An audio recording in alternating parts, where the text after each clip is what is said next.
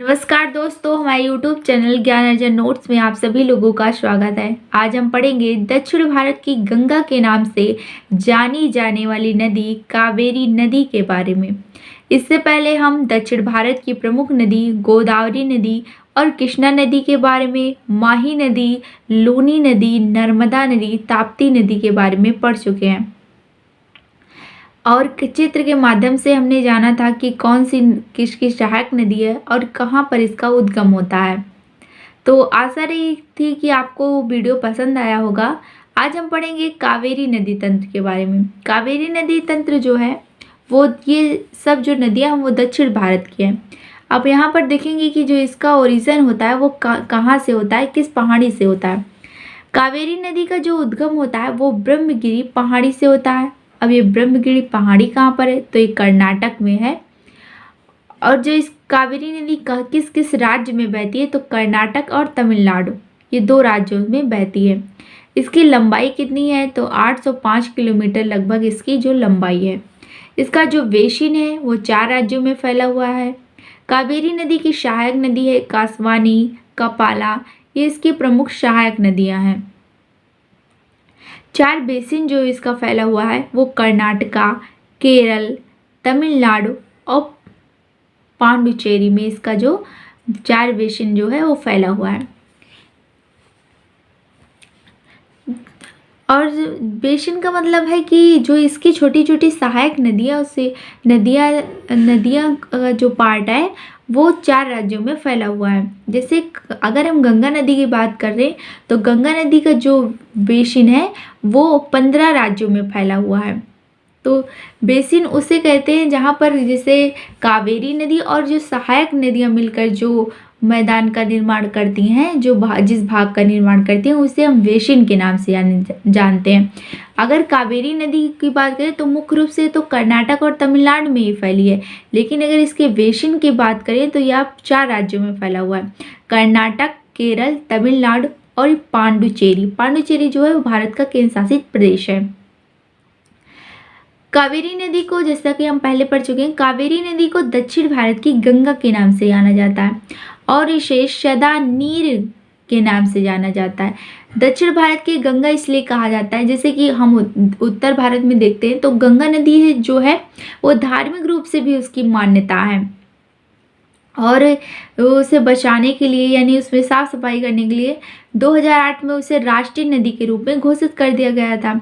इसी प्रकार जो कावेरी नदी है वो दक्षिण भारत में अधिक पूजनीय है, क्योंकि यहाँ पर जो नदियाँ, ये जो नदी है इसमें पानी जो है वो हमेशा भरा रहता है, कभी सूखता नहीं। क्योंकि जब यह केरल में जब वर्षा होती है तो यानी उठते हुए मानसून से इसमें नदी का पानी रहता है और जब लौटता हुआ मानसून आता है तो तमिलनाडु के क्षेत्र में इसमें पानी अधिक हो जाता है। तो ये दोनों प्रकार के मानसूनों से वर्षा प्राप्त करती है जो कावेरी नदी है। पहले तो उठते हुए मानसून से और लौटते हुए मानसून से किस नदी में पानी अधिक होता है, तो वो कावेरी नदी में। क्योंकि जब मानसून आता है तो सबसे पहले केरल में आता है, केरल कर्नाटक के तट पर, तो फिर मालाबार तट पर, तो इसे पानी प्राप्त हो जाता है। और जब लौटता हुआ मानसून कोरोमंडल पर वर्षा करता है, कोरोमंडल तट पर तमिलनाडु के, तो इसमें पानी हो जाता है। तो इस प्रकार इसे दोनों मानसून से वर्षा प्राप्त करने वाली नदी कौन सी है, तो वो कावेरी नदी है। इसी कारण इसे सदा नीर नदी के नाम से जाना जाता है। दक्षिण भारत की सदा नीर नदी और दक्षिण भारत की गंगा के नाम से किसे जाना जाता है, तो वो कावेरी नदी है। जैसा कि यहाँ पे लिखा हुआ है कि दोनों मानसून से वर्षा प्राप्त करता है। कावेरी नदी डेल्टा, अगर हम इसके डेल्टा की बात करें तो कावेरी नदी का जो डेल्टा है वो तमिलनाडु के राज्य में फैला हुआ है। डेल्टा किसे कहते हैं, डेल्टा हम उपजाऊ भूमि को हम डेल्टा कहते हैं, जहाँ पर नदियों द्वारा अवसाद बनाया जाता है। जब नदी अपनी वृद्धावस्था में होती है तो अपने द्वारा लाए गए अवसादों को एक जगह पर एकत्रित कर लेती है, जिसे हम डेल्टा कहते हैं। और डेल्टा कहाँ बनता है, वो मुहान नदियाँ अपने मुहाने पर बनाती हैं। और ये जो डेल्टा होता है वो खेती यानी कि कृषि के लिए अधिक उपजाऊ होता है। इसलिए कृष्णा नदी का जो डेल्टा है उसे दक्षिण भारत का बगीचे के नाम से जाना जाता है। इस डेल्टा में मुख्य रूप से धान और पेट्रोलियम, कावेरी नदी में अगर डेल्टा के क्षेत्र में देखें तो यहाँ पर जो है वो धान का उत्पादन अधिक होता है, और कावेरी नदी में पेट्रोलियम और खनिज के जो अवसाद हैं ये भी पाए जाते हैं। अब हम बात करेंगे तो एक बार क्या हुआ था, जो ये कावेरी नदी डेल्टा है यहाँ पर क्या हुआ था कि एक बार 2018 में यहाँ पेट्रोलियम खनन का कार्य शुरू हुआ। ये कहा गया कि यहाँ पर कावेरी नदी में पेट्रोलियम है, तो क्या हुआ यहाँ पर खनन का कार्य शुरू हुआ। इसका प्रभाव क्या हुआ कि जो कृषि, इसका मुख्य रूप से जो प्रभाव पड़ा वो कृषि पर पड़ा, जिसके कारण जो कावेरी नदी डेल्टा का क्षेत्र था वो अधिक प्रभावित हुआ। 20% जो है वो कम हो गया, जिसके कारण यहाँ पर इसके अंत तो फिर भारत सरकार ने इसे, यानी कि जब यहाँ पर अधिक उत्पादन हो रहा था फसलों का और जो नहीं हुआ, तो आर्थिक रूप से क्या हुआ कि यह क्षेत्र प्रभावित हो गया।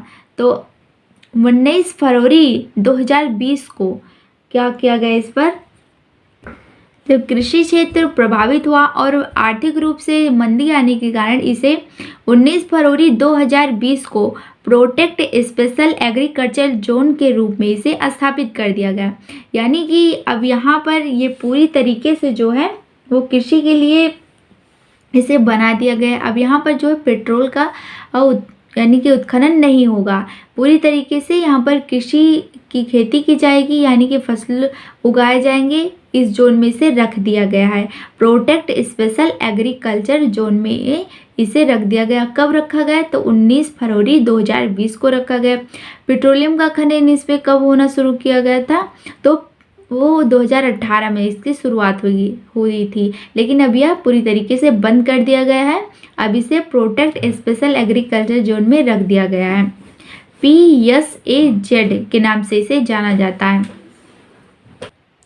अब अगर कावेरी नदी की बात करें तो कावेरी नदी में शिव समुद्रम द्वीप जो है वो स्थित है। शिव समुद्रम में जलप्रपात, यहाँ कावेरी नदी पर शिव समुद्रम जलप्रपात बनाया गया है, जिससे विद्युत का उत्पादन किया जाता है। यह कब बना था, तो 1902 में इसका निर्माण हुआ है। जो शिव समुद्रम जलप्रपात है ये एशिया महाद्वीप का सबसे पुराना जलप्रपात है। तो इस प्रकार से अगर पूछा जाए कि एशिया महाद्वीप का सबसे पुराना कौन सा जलप्रपात है, तो शिव समुद्रम जलप्रपात है।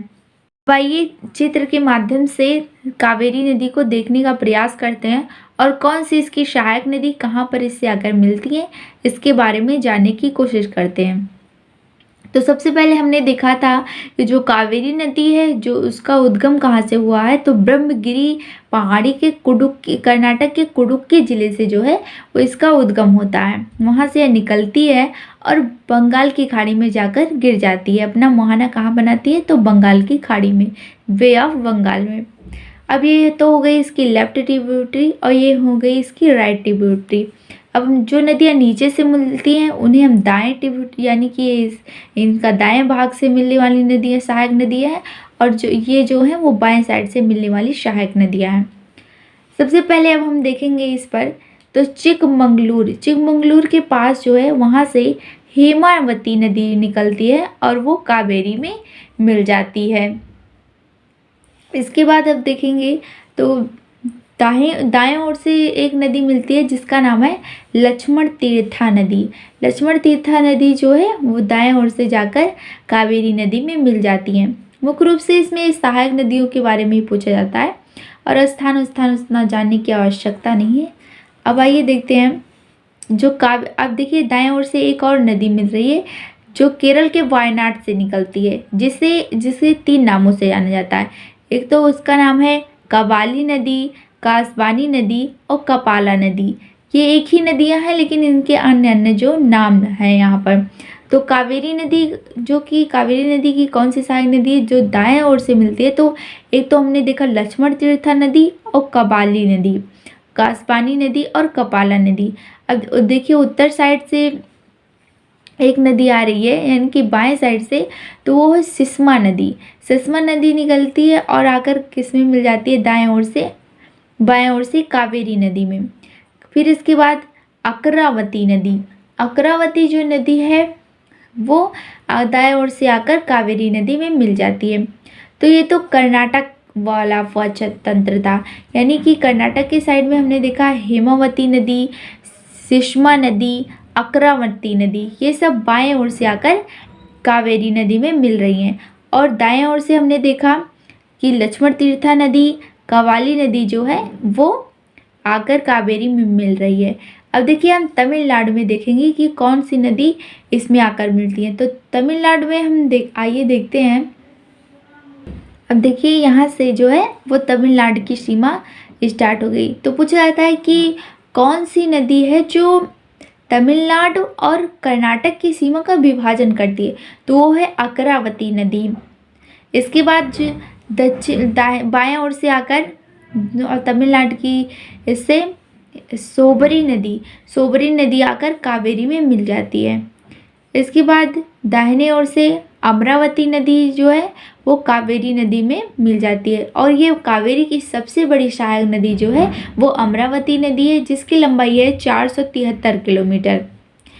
और हम ये जो अमरावती नदी है वो अन्नामलाई पहाड़ियों से निकलती है और कावेरी में जाकर मिल जाती है। फिर पहले भवानी नदी जाकर कावेरी में मिलती है, फिर इसके बाद अन्नामलाई पहाड़ी से निकलकर अमरावती नदी जो है वो जाकर कावेरी में मिल जाती है। तो ये बाएं और दाहिने ओर से मिलने वाली कावेरी की सहायक नदियां हैं और ये बाएं ओर से मिलने वाली कावेरी की सहायक नदियां हैं। दाएं ओर से हमने देखा लक्ष्मण तीर्था, कवाली, भवानी, अमरावती, ये प्रमुख इसकी दाएं ओर से मिलने वाली सहायक नदियां हैं। और बाएं ओर से मिलने वाली सहायक नदियां हेमावती, सिमसा नदी, अकरावती। यहाँ पर देखिए अकरावती लिखा है जो कि बाएं ओर से मिलती है, और जो अमरावती नदी है वो दाहिने ओर से मिलती है। तो इस प्रकार से हमारा जो कावेरी की प्रमुख सहायक नदियां हमने देखा, कावेरी नदी तंत्र के बारे में देखा, शिवसमुद्रम नदी द्वीप के बारे में देखा, शिवसमुद्रम जलप्रपात के बारे में हमने देखा, और कैसे कावेरी नदी का जो डेल्टा वाला क्षेत्र है उसे दक्षिण भारत का बगीचे के नाम से जाना जाता है, और कावेरी नदी को दक्षिण भारत की गंगा के नाम से जाना जाता है। तो ये सब कावेरी नदी के बारे में जानने वाली प्रमुख बातें थी। अगली वीडियो में हम देखेंगे दक्षिण भारत की कुछ और छोटी नदियों के बारे में।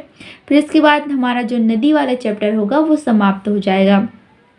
आशा है कि आपको यह वीडियो पसंद आई।